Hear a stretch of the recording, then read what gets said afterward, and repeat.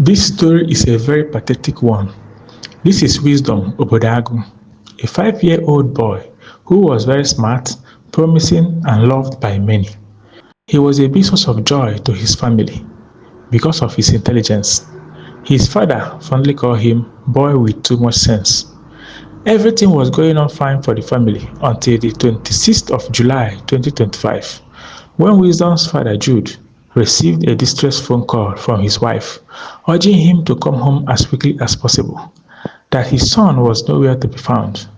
On getting home, his wife, Wisdom's mom, told him that Wisdom was last seen around 2 p.m. earlier that day. So they began to go from house to house, place to place in search of him.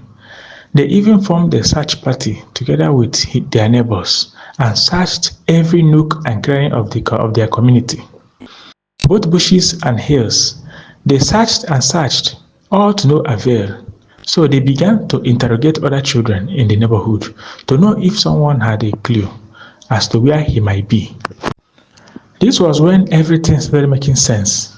The other children in the neighborhood revealed that Wisdom was last seen when they were playing hide and seek, that he went to the backyard to hide and didn't come out again. The next day, Wisdom parents received a phone call from a strange number telling them that Wisdom had been kidnapped, that if they ever want to see him again alive, they should pay the sum of 5 million naira ransom within 3 days. The kidnapper sent them a spot betting account for the transaction. The family raised few thousands of money and sent to them and even recharged cards as demanded by the kidnappers. Still, they didn't release their son. Eventually, they reported the case to the police and police began their investigations. After 2 weeks of tracking the SIM used to demand the ransom, and the SIM was not leading the investigation to any known person, so the police started tracking the phone and other SIM previously used on the phone. That was when the investigation became interesting.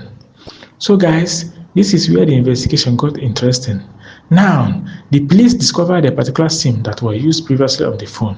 When the police revealed what was in the SIM's contact list, that was when Wisdom's father recognized the names on the contact list and said that they are his family members.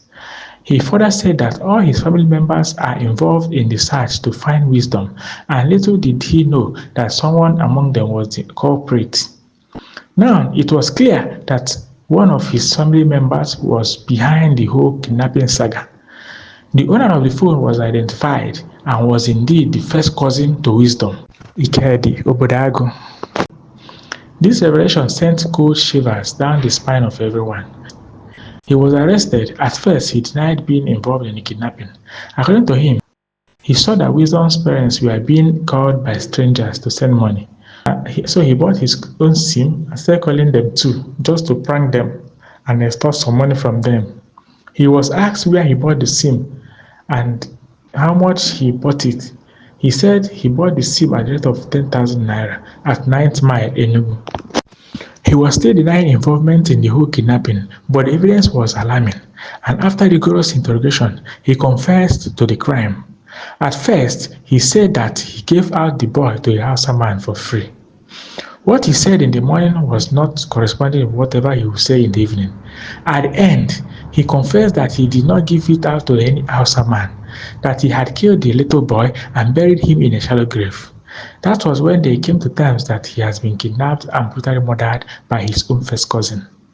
He then led the security operatives to the place he buried the boy's remains, and he was exhumed. It was found out that he tied the boy, blindfolded him, killed him, and buried him all alone by himself.